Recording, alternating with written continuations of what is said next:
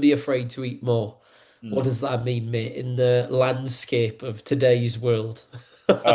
Well, it means like, if you want to be the absolute like freaking monster in the room like you with a 200 kilo squat, then you've got to eat the calories, haven't you? That's what I hear. You gotta eat the calories. You gotta fuel up. Yeah. One of my goals, mate. I want to become a like. I just want to. I just want to shell up. Like a tortoise. No, like Yeah. tortoise got no neck, and he just kind of like comes out of his shell every now and then comes back in. I want to grow my neck so big so that my neck becomes a part of my shoulders, and I can actually retreat into my body. So I can actually like I can suck my head back in Yeah, and like you've come back cracked your out shoulders, you want to be able to retract your neck into your torso, essentially. because my traps are so enormous. Mm. That's where I want to be in life. And in fact, you'll just be walking past one day and you'll just see like a pile of like shell and muscle. Like, what's that there? And I just come out and pop out. So, hey, James, how you Oh, doing, Sam. mate? You Yeah. know? Yeah, eat more. Sam It Dyer. also, what's that? Sam Dyer. Sam Dyer. Hey, this has got to stop.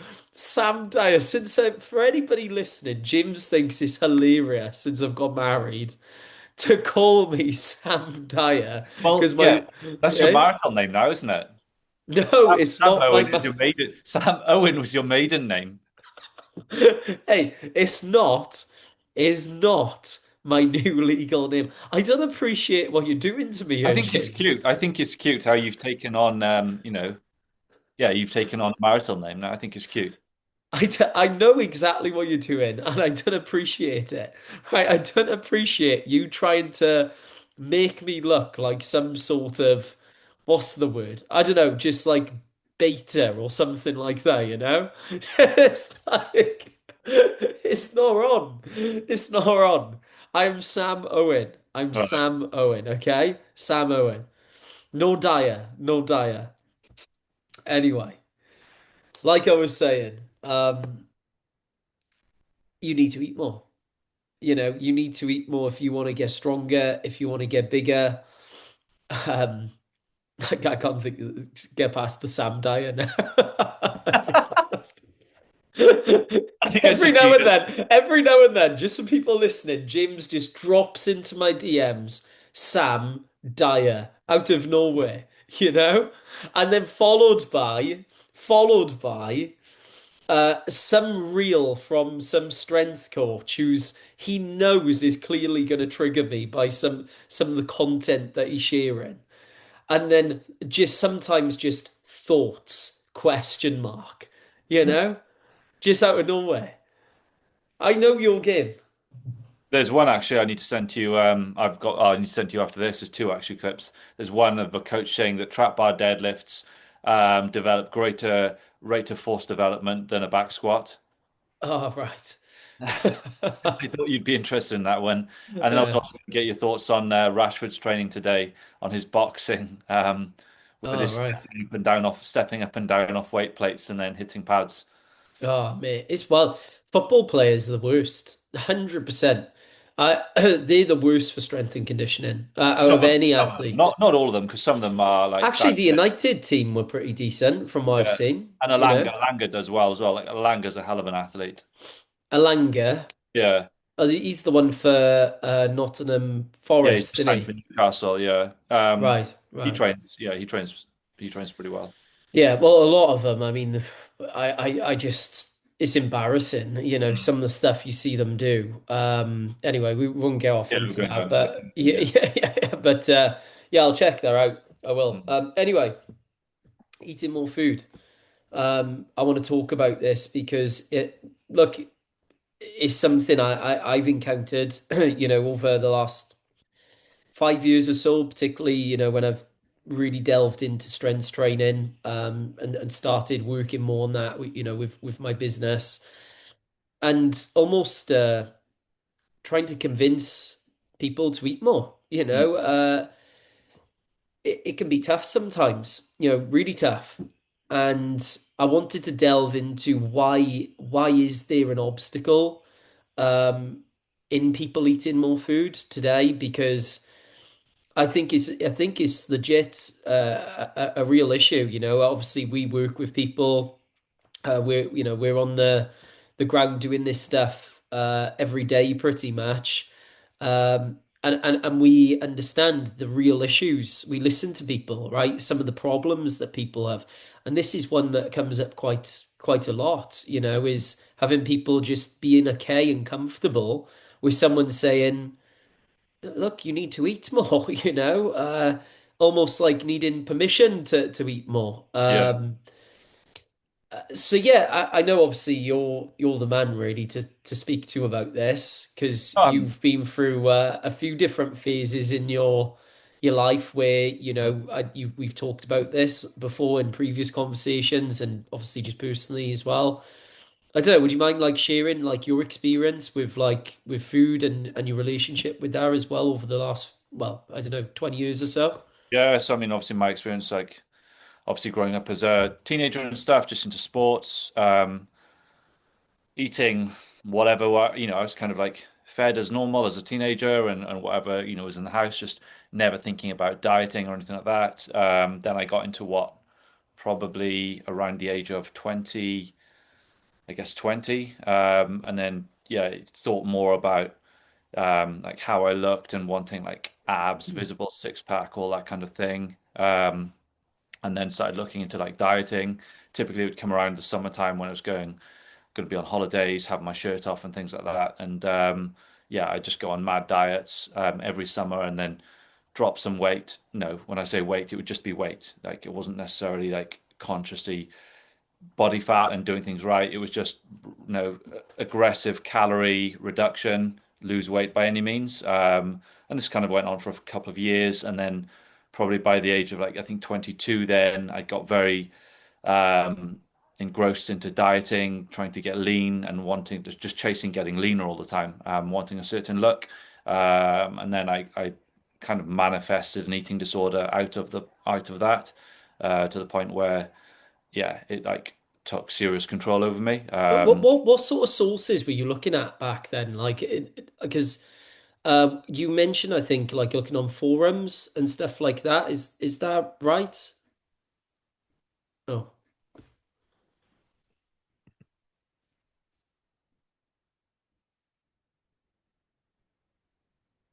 oh, sorry, mate. I think it just blanked out Yeah, I then. did. Yeah, Am I you back? just yeah, you're back now. Yeah, I think that was my end then. Hopefully it doesn't do that again. Yeah, hope Yeah, so. so I remember you talking to me about because like obviously you mentioned like growing up as a teenager, you didn't really have any issues at all. No, So at all. what obviously you said you focused more on like your body composition and stuff like that then. Mm. What was the turning point? Because you went from, I suppose, more concentrating on just being a kid and enjoying your sport Yeah, and stuff like that, to then all of a sudden, like fixating on how you looked. yeah. What was the catalyst for change there? I couldn't say. I couldn't necessarily say what it was. I don't know if it's just a natural thing of getting older and like caring how you look. Seeing whatever magazines, pictures of like things you'd watch on TV. I don't use like for example, as a child, I would watch like Gladiators on a Saturday night, watching wrestling and seeing other guys who are ripped and thinking, oh yeah, that's a good look. And then by my 20s, I remember like Brad Pitt Fight Club was like a that kind of physique I wanted, and just basically like the whole lean looking like athletic physique with abs. Anyway, I went about it obviously the completely wrong way doing very, very silly dieting. And then when I got very into it, I started reading, I was going on bodybuilding forums, reading about dieting on there, and people would have their own like views on good and bad foods, and cheat days was a big thing. So I was like, ah, right, okay, this is a thing then where you Monday to Friday you eat like quote unquote clean. Um, so very like healthy, nutritious foods. And then like be it Saturday or Sunday, you go all out and have this cheat day. So where anything goes, obviously created, and the more and more you do that, the kind of more you're digging yourself into a very unhealthy hole where you see foods as good and bad, and that just became such a problem to the point where it would encroach on social occasions because I couldn't go out for a meal, like for argument's sake, on a Friday and just go and eat whatever with my family or friends, or because that wasn't aligning with my diet for the day. Um, so Mm. yeah, got wildly out of control, got very underweight. I think I went down to 9 stone 3, which is about 50-ish, 52 kilos, I think, at my lightest. And when I say my lightest, I was also at my physically weakest and like just lost everything. Like I've always been naturally as a child, like throughout my teen years and stuff, like one of the fastest people when I play football. And all of a sudden I just, yeah, any explosiveness had gone. Like I can just remember wearing like jeans and they were just hanging off me because my legs had just like emaciated. Like I dieted off muscle mass, dieted off fat. Like yeah, I was like becoming a skeleton really. Yeah, so that was at the worst, and then I kind of developed binge eating from that then because of where I got to, where like I would restrict foods and then I'd overeat on them, and I kind of couldn't struggle to find the balance between like undereating and overindulgence, and that took quite a while, and to the point where I actually gained, no, I wouldn't say considerable weight, but I got to the point where I was, for me, in an uncomfortable body composition because I gained excessive fat because I'd just gone from a period in my life where I was so like underweight to the point where I was yeah overweight, and gradually then learned more about nutrition like from resources like MNU. I studied that, Martin McDonald, people like Alan Aragon, Spencer Nadolsky, like evidence-based resources in the nutrition world, learned about it, and then yeah, dug myself out of the hole to where I am, I guess now. Where the focus now is more on obviously enjoying my food, like as you and I do when we go out and eating meals out and stuff, anything goes. But also fueling my body correctly to the point where any of my training is focused solely on performance. You know, I maintain a relatively leanish physique, I guess, but that's not with a focus on freaking having abs. Yeah. A byproduct of how I eat and enjoying my lifestyle, enjoying my training. Well, I appreciate you sharing that, mate, because it's a real good example for people because Mhm. it's a real example, first of all, how things can get out of hand really quickly, actually, Yeah. and you know, I think people hear us talking about this and they'll think, oh, here they go again, chatting about nutrition and like how important relationship with food is and why we bash cheat meals and think, oh, it doesn't really matter. They're over Yeah. exaggerating. Well, actually, this stuff can really catch up on you, and eating disorders are very real and serious, and I think there are far more people today, I think, than ever, probably walking around with disordered eating behaviors because of social media and what they've been fed online. Mm. You think that was what back 20 years ago, probably when social media was on its uprising, certainly wasn't at its peak like it is these days. And even then, you were reading forums, magazines, stuff like that, which contributed to this. Yeah. Now, think about social media today. Everybody's on their phones all the time, and Mm. they're always on social media looking at different posts. You have one of the great things about social media is everybody has access to information. But one of the negatives to that is that you've got so many people out there that are spreading misinformation, creating fear mongering around foods. The classic guy or girl in the supermarket going down the alleys, like creating fear Yeah. around foods. And people are digesting this information, without Mhm. any context and without, the amount of context that's necessary to actually break down, right, is this person actually speaking sense or not?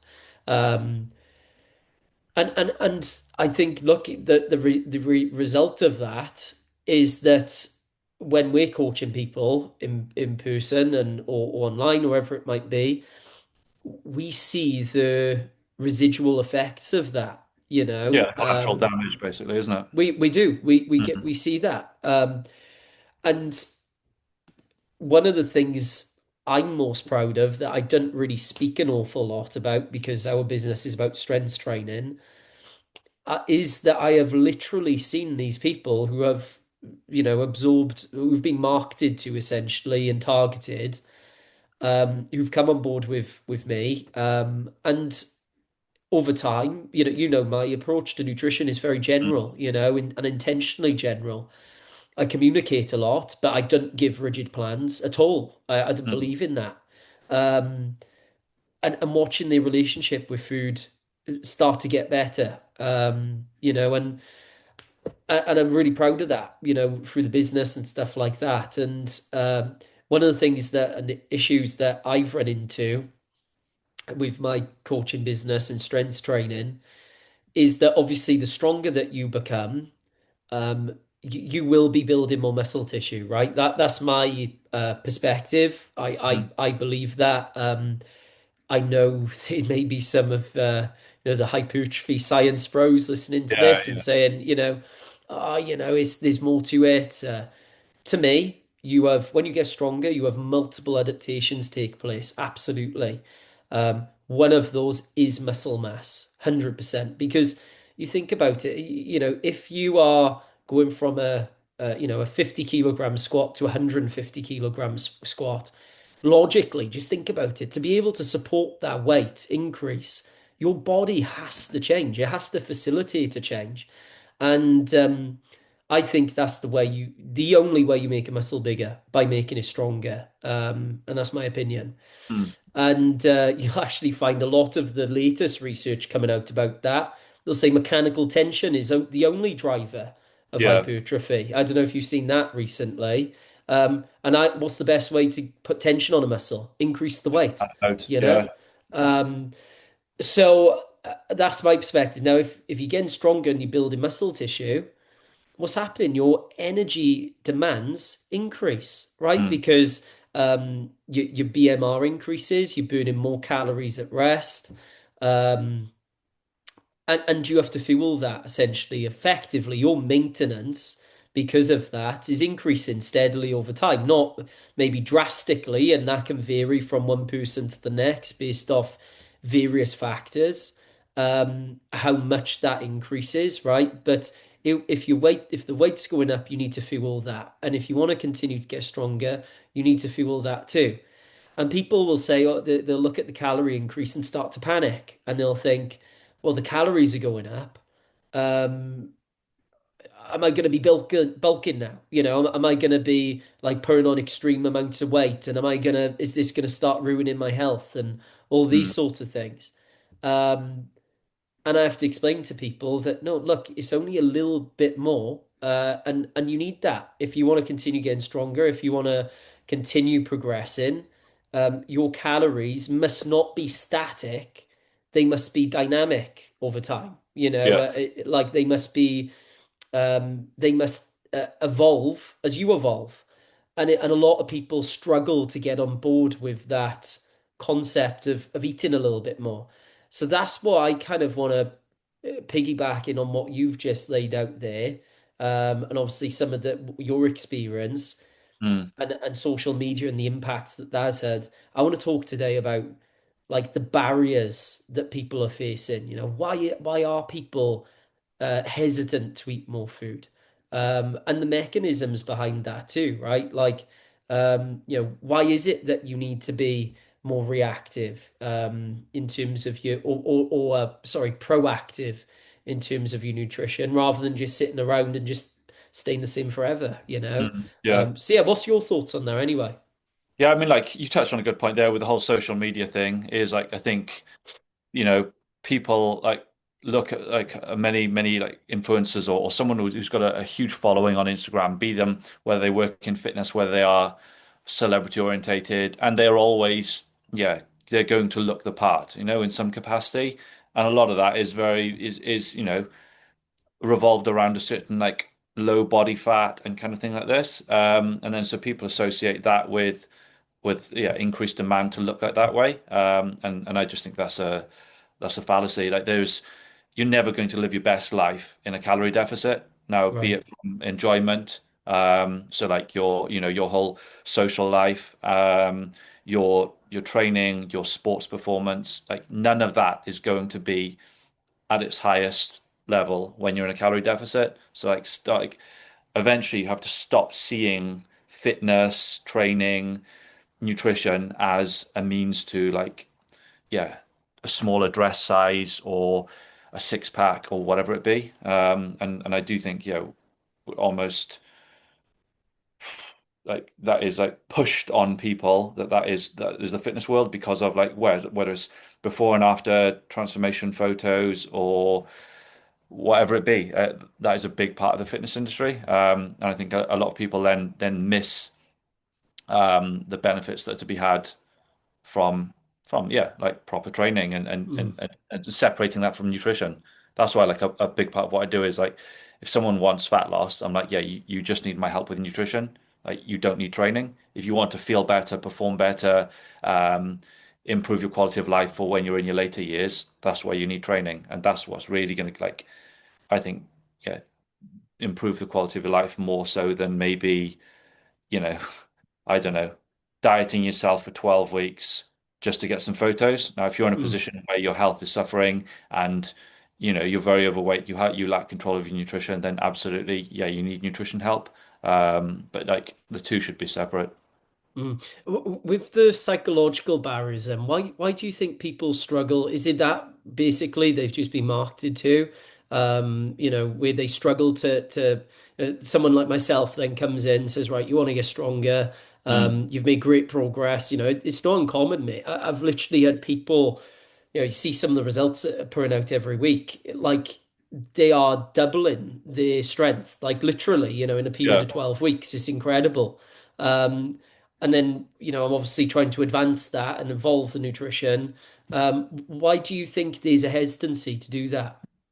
I think you've probably got two factors. Like one, if you've got someone who has previously been overweight, um, uncomfortable in their body in some way, and then you're telling them to eat more food, they just alarm bells start going off, and they associate this with weight gain and weight gain being fat gain, which is obviously we know that that's just not true. Um, and yeah, if you're doing it in a calculated way, then you're not just going in and all of a sudden going, all right, eat more food. All right, okay, I'm going to go out and order, you know, eat pizza as a side dish to my dinner every night. It's like done obviously in a calculated way. It's a gradual increase in calories. They're going to support your training, support your recovery, and support your adaptation to what you're looking to get, which is essentially going to be more lean mass. And you're not going to be seeing the scale jump up, you know, week on week, or all of a sudden your clothes don't fit you and you're going to be needing to buy a new wardrobe. So I think a lot of it comes from that.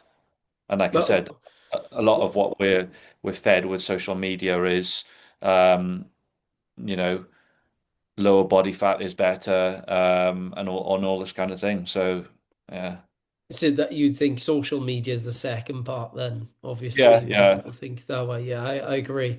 Because yeah, I think that's an interesting topic where look, if you don't lift or if you don't train, you just want fat loss, or you're an older person and you're just not doing it and you just want to eat better, Mm. do you have to worry about constantly evolving your calories over time? Well, probably not, right? Because things can be static for you, because quite literally your goals are static. Yeah, like yeah, yeah. you're not wanting to get better at something or in the gym. You just want to maintain what you have, eat a healthy lifestyle or eat a healthier lifestyle, and that's great. But the reality is, most people they want to improve, right? They want to Mhm. make progress, whether that's, they've got a sport, and they want to become the best athlete that they can be. Or if they want to, like myself with strength training, people chasing numbers, wanting to get stronger. I think what an interesting point maybe is if I talk on some of the downsides of not evolving your calories, because Mhm. um, I've seen it before. My role, and I say this to all of my guys, my role is to provide the right stress for you. right? That's my role. It is on you to make sure that you're recovering properly. Like I can't help you on that side of the things, right? Like if you're not recovering and you're not doing everything that you can to recover, I can't control that. I'm not there in your home. I'm not there eating with you. I'm not there cooking with you. I'm not there sleeping with you. Like you need to make sure that you're being responsible and having enough food to Mm. actually recover from all of this. That's your premium Um, coaching package, isn't it? what, home chef? Yeah, well, you take them out to the supermarket, you cook all the food. Yeah, that's it. Imagine that. But yeah, I mean, like my job's to provide you the right stress. Yeah, because it's And not like that's that all. 3 hours in the gym or whatever it be per week, isn't it? Yeah. Yeah, I can show you, I can give you that, right? But what I can't control is if you're going to recover from it properly. And I've had it before, where people they are insistent on not having more calories, and they'll say, in fact, no, I want to go in a deficit. No, I don't want to put on more weight, and niggles pick up, and Mm. they start tweaking their back, or they're just not, they've hit stalled progress. It's effectively you're just handicapping yourself because of stories you've been told on social media from, the past 10 years and listening to the wrong resources. And it's now catching up and affecting your progress in the gym. And look, if you're getting stronger, I think people, they mix this up. They think, oh, getting stronger somehow has been conflated with getting fatter. I don't know if it's like, I'm sorry, there's nothing about strength training that means that you're going to get fatter over time. Nothing at all. Yeah, I think partly you hear these coaches on, like, they bash like powerlifters and stuff like that with the Stereotyping, overweight. isn't it? Yeah, it's Yeah, like yeah. look at a power lifter, and they'll yeah. Typically, you'll see a power lifter who is overweight. They'll bring up a power lifter who's overweight and go, "Oh yeah, that this is what you get if you just train for strength." And it's like, but that's down to your nutrition, your whole lifestyle, and everything. It's like, Yeah. and then, but like look at a gymnast, like look at a professional male gymnast. They are strong. They're essentially doing a form of strength training, and they're ripped to the bone. It's just down to choice with nutrition, and that's it. But it doesn't. It's not the apparatus you're using isn't it's not like, oh well, you're lifting a barbell, so yeah, that means yeah, sorry, you're going to become the size of a house and you're going to get fat. Yeah, exactly. How many football players do you know that in their prime years of playing football were in great Mm. shape, for their sport, and then when they retire years later, they put on tons of weight, Yeah, you look know, at Rooney. I mean, boxers. yeah, Yeah, Rooney, Ronaldo, not obviously the Ronaldo you love, but the Brazilian Ronaldo. yeah, yeah. Boxers like Ricky Hatton, Mm. right? But people aren't saying, oh, if you box, then somehow that's going to make you fatter.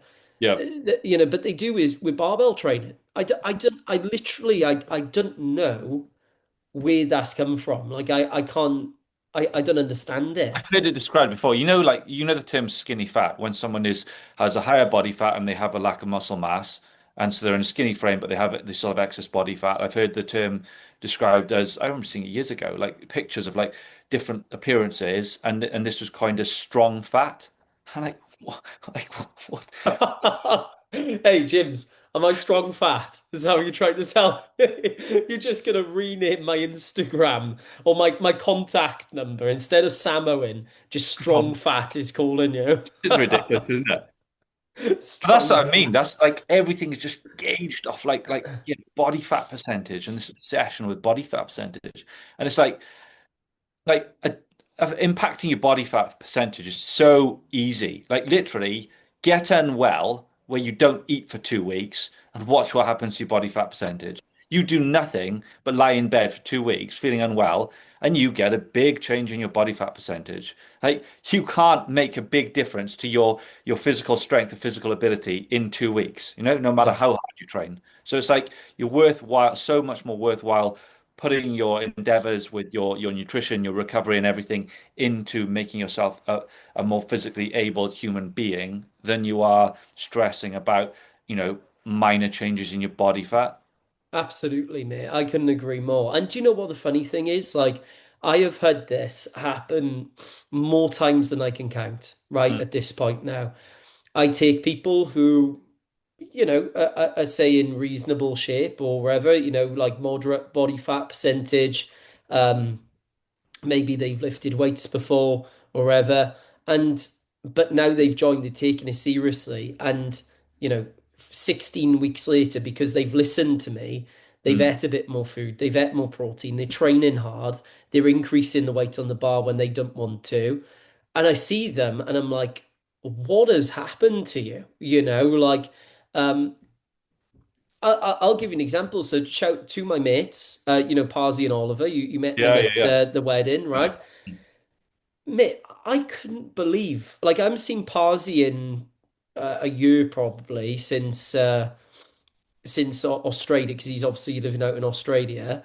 Yeah. And then Oliver, I see him more often because obviously he Crazy. lives not too far away. But I saw him the other day and I was like, what has happened? Like, it's insane. Yeah. Like, the barrel chested, traps, shoulder, like wider shoulders, broad, chest to back is just dense. Hmm. You can see like their quads are developed, like their hips as well are much bigger, as well, denser. That's what happens when you lift more weights. Now, what part of that means that you're getting fatter? It is just mental to me, and I see it happen over and over and over again. And I see the positives of, putting on some more muscle mass.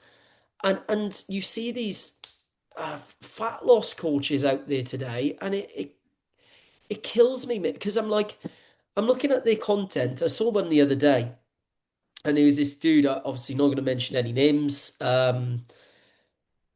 You kind of know him, but he's doing a carousel post on, like, if you were starting again, right, and you want to get in shape, because they always say get in Oh yeah. shape, If right? I You want to get was in I shape. was doing this I'd again. start in a Yeah. deficit. I'd start in a deficit and like go right back to stripping away all the body fat percentage if I was skinny fat, and Mm. then going into a bulk. And I'm like, in my head, I'm like, all you're doing through that process is delaying gains. Mm. That's all you're doing, because effectively you're saying strip away all the fat only to then put it on again like 12 weeks later. I just I don't get how people are thinking this way today. You just need to train harder, Mm. and then go up in weight. Now, this is another interesting avenue that we can go down. Um, Kids, let's say kids, like teenagers that are doing this, right? Like, teenagers who are trying to like drop enormous amounts of body weight uh, on social media because of social media posts, when their bodies are quite literally still developing and their hormones are obviously growing them and everything else. So they're messing with that. I've seen bodybuilding culture leak into, 16-year-old boys who are now wanting to go on stage and perform on stage, and they're in these huge deficits. Sorry, but let's say, Um, hold on. Like, it's not performing, is it, on stage? It's freaking. no, It's like it's prancing around in your underwear, essentially. yeah, yeah, exactly. Not, It's it's nothing athletic about not it. athletic. Yeah. Yeah, nothing. So that you've got kids now that Mm. are affected by social media that are, doing all these things. In sports, extreme weight cutting too. Where they're in weight class sports like boxers and stuff like this. Look, I'll straight up say it, and I know this. I think I'm beyond the point now of uh like caring like what people think. I think it's child abuse, mate. I really do. If you're forcing a kid to drop however many kilos to, get into a certain weight class for their sport, and they're 15 years old, you need to take a real long, hard look at yourself in the mirror. Even with, I understand, look, some kids are just genetically, or whatever it might be, very, very overweight, right? I'm not talking about that very small percent of the population who, and that's another topic that we could go into about how I would look at dealing with that person, and where my focus would be. But let's take your average kid, right? Who's now looking at social media or wherever it might be and thinking, oh, I need to get shredded. Mm. And they're dropping all this body weight whilst their bodies are still developing. Man, that one really gets me, like I don't think it's right, I don't know. What's your thoughts with that?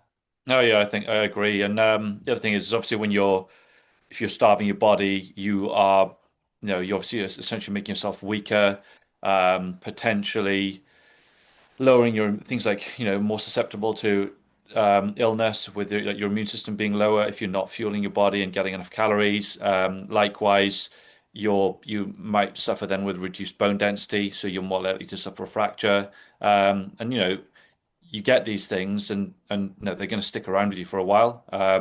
You've obviously got as well a peak, a peak window period of time where you can build like your strength, your muscle mass, like your physical capabilities for your body and stuff. And you can lose, like I said, you can like don't worry, I've helped lots of people lose body fat and Mm. feel more confident, happier and healthier in their lifestyle by doing it the correct way. But you can drop body fat eat quite like easily. You could Yeah, for most people, a couple of months and they're going to be in a much better place, which you can do at any given time. It's a lot harder if you don't take care of like what your body is capable of physically and you neglect that and then you get to an older age and then all of a sudden you're like, oh shit, do you know what? It's harder to move around now. I'm worried about falling down the stairs. And things like that. Like you don't want to get to an age where you're like, oh damn, I wish I'd done this earlier and I had more physical ability, more strength, more muscle mass to protect me. So if you neglect that because you're so hell bent on, you know, living life being shredded or walking on stage all the time, like yeah, then more fool yeah. you. And that's the important point you brought up there, because we have helped people lose body fat before, right? Both of us. I don't necessarily do that a lot now, unless there's a very specific circumstance where someone is overweight and they just want to get a bit healthier, and I can talk about how I do that as well. But for most people, I didn't look at that now, but if your goal, that's only because my audience, right? Like if your goal is to, you just want to lose a bit of body fat, you're an adult, and that's what you want. Great. We're not telling you to feel bad about wanting to do that for yourself, right? We're not. Like that's not what we're saying. We're on about people that feel they need to, right? They feel they need to. That's the distinction. If you want to, that's fine. You're an adult. You can do what you want. But if you feel you need to as an adult because of some thing that you've picked up on a post, that's where the issue comes in, and the reality is that you aren't going to be making the best progress that you can be in a deficit. Mm, Sorry, that's the reality. You're just not. Whether you're an athlete or you're a lifter, you're not. It's very, very difficult. Um, and yeah, I mean, even with say someone who is very overweight or whatever it might be, actually the first place that I start, mate, and look, here is a case by case basis, but this is what I've done personally, and I've found it to work really well.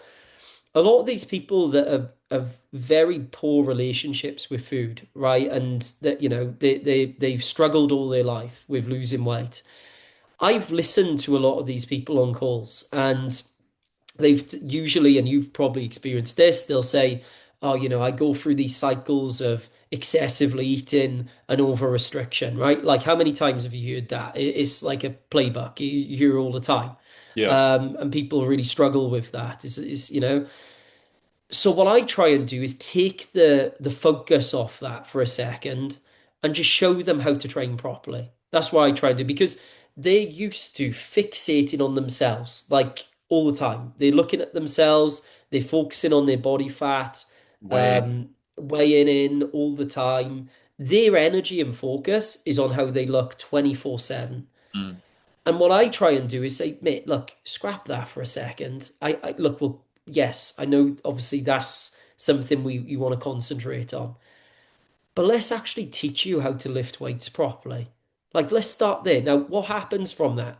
They actually learn a skill.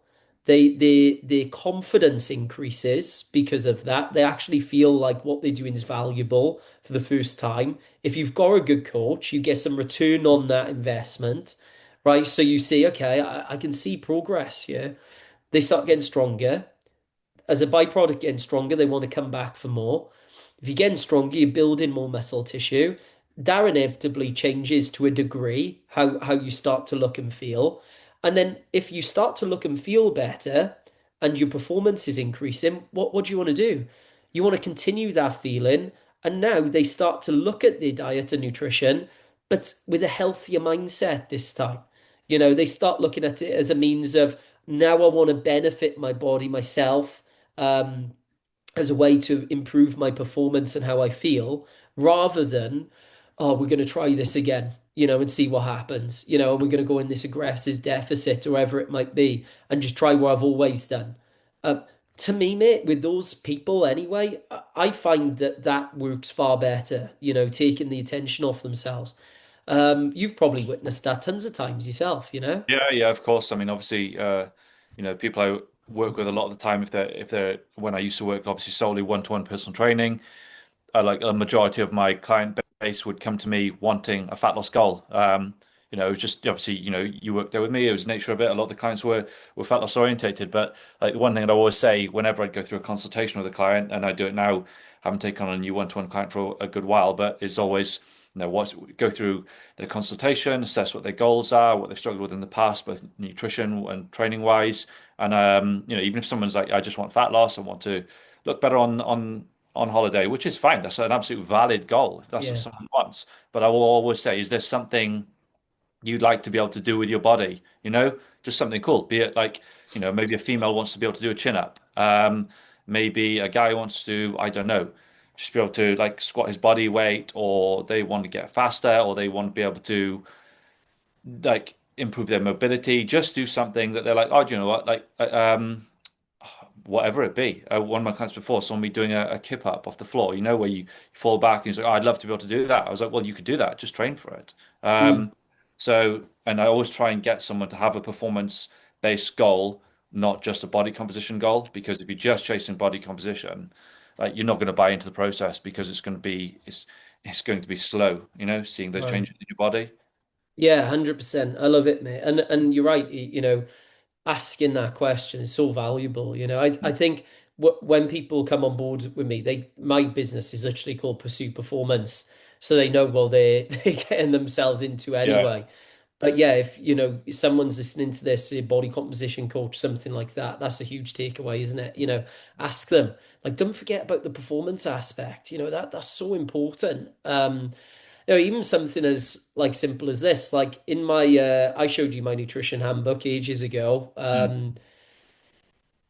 I've rephrased, so I part of it, I teach people what a plate of food should look like, typically, right? Like again, with principles laid in like 80/20, like most of the time, aim for this type of meal. And I call her a performance plate. And I call her a performance plate because I want people to look at it as a way to actually, this is going to benefit me, Mm. and my performance, rather than looking at it as a way of, oh, I need to eat like a cat again today, tuna and rice or whatever it is. Yeah, yeah. I want to change that psychology, and looking at a plate, what should that look like, right? Mm. Is there a protein source on there? Is there a source of carbohydrates, a source of healthy fats? You know, whether you that could be oils too. Is there, say, two colors on the plate? Whether that's fruits or vegetables or something like that.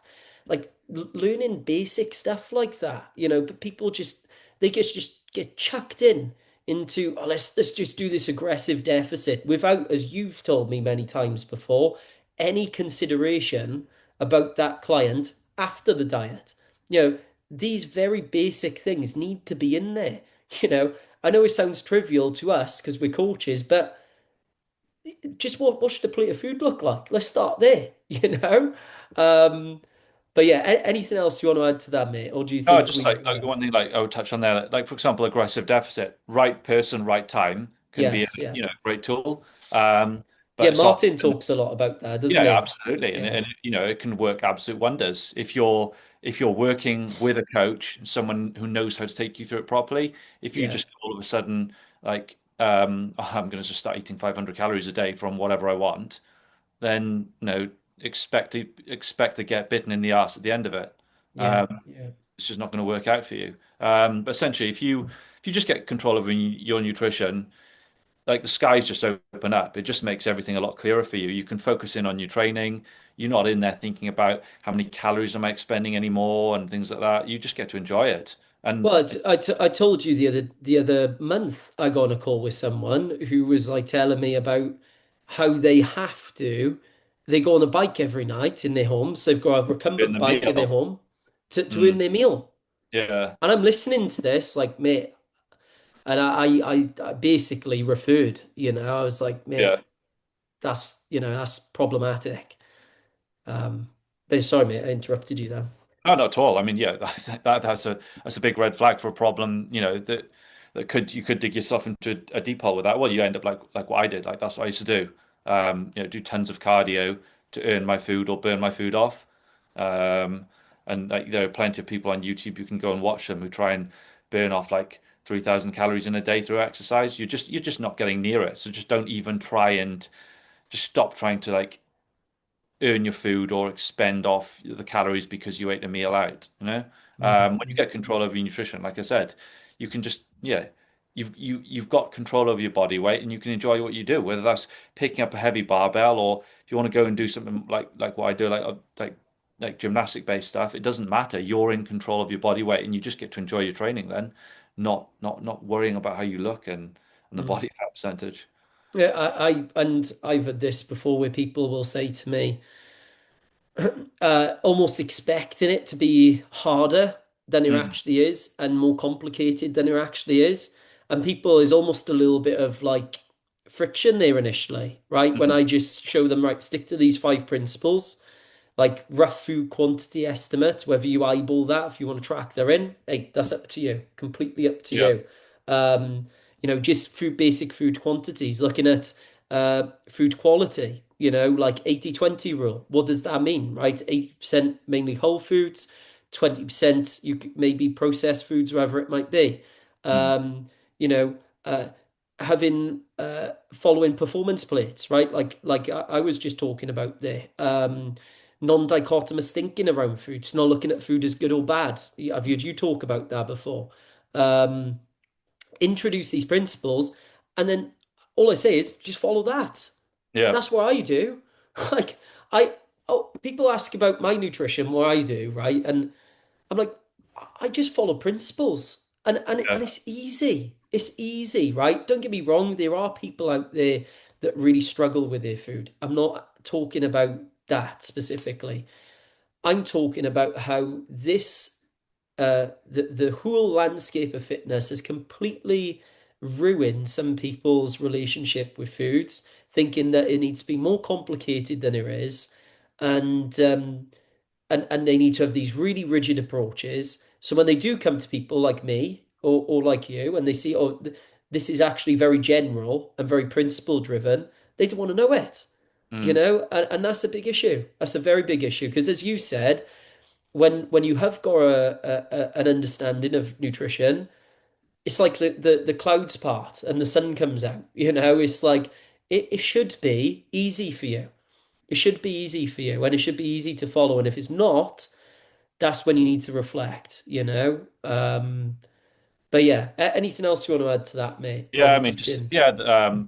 Like the last point would be, yeah, just same thing with the nutrition side is that it's got so complicated that now you've got people convincing you that a can of diet artificially sweetened like Coke or Fanta, um, or something with seed oils in is going to wreak havoc on your health. And yet, right, the real elephant in the room is the overconsumption of calories and alcohol in general. Like they're Yeah. the two things that are having the most negative effect on people from a nutrition standpoint, not someone like consuming artificial sweeteners in a sensible amount. Yeah, and it's always the people who drink 4 bottles of red wine a week who are worried about carbs, Yeah. and bread. Yeah. Yeah, how ironic is that? Mm. Um, Anyway, mate, should we leave that one there? I think that Yeah, was a yeah. really good one. I Hmm. really enjoyed that. Are you doing the outro or should I do the You outro? can do this one, so you All can do right, you this. let me, yeah? You let Go me for do it, sir. this. Go for it, sir. I don't like how you let in me. See, that's the point I don't like. You know, it's like a power thing, isn't it? It's You always a know? power thing, sir. Excellent. Anyway, guys, if you enjoyed that, feel free to leave that rating review, and we'll catch you in the next one.